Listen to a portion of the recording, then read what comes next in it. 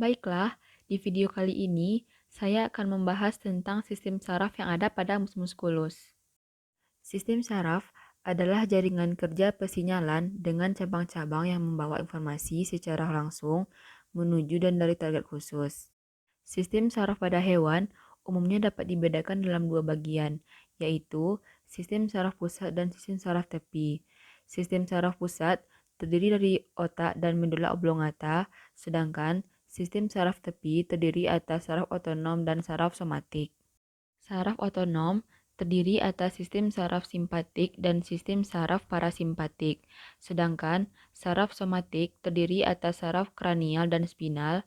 Untuk saraf simpatik bekerja berkebalikan dengan saraf parasimpatik.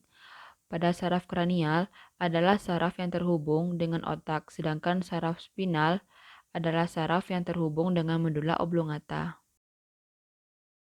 Sistem saraf terdiri atas reseptor, konduktor, senter, dan efektor. Reseptor yaitu untuk menerima rangsangan, konduktor untuk menyampaikan informasi rangsangan menuju atau dari pusat saraf, senter adalah pusat saraf yaitu otak dan batang saraf, dan efektor adalah otot dan kelenjar untuk menyampaikan aksi maupun reaksi. Pada sistem saraf juga terdapat stimulus, impuls, dan respon. Stimulus merupakan perubahan lingkungan yang akan merangsang neuron. Impuls adalah kabar dari stimulus yang disampaikan pada urat saraf, sedangkan respon adalah reaksi terhadap stimulus yang dinyatakan oleh efektor. Untuk alat dan bahan pada praktikum kali ini masih sama dengan di video sebelumnya. Namun, pada cara kerja, yang dibutuhkan adalah hanya bagian kepala untuk mengambil bagian sarafnya.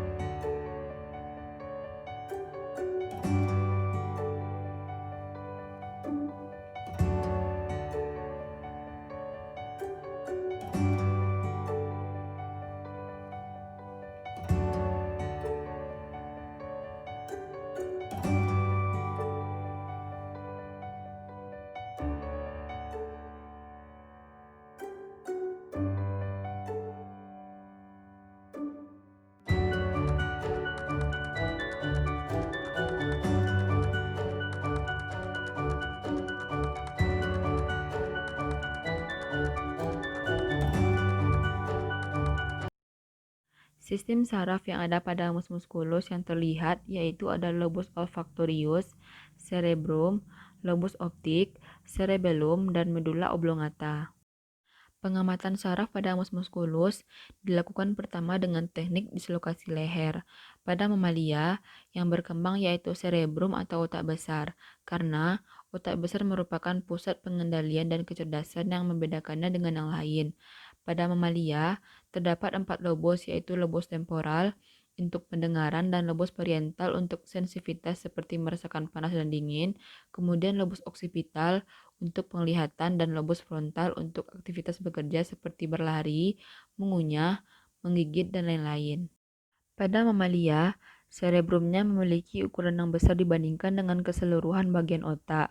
Untuk cerebellumnya juga memiliki ukuran yang besar dan memiliki lobus yang lateral 2 buah.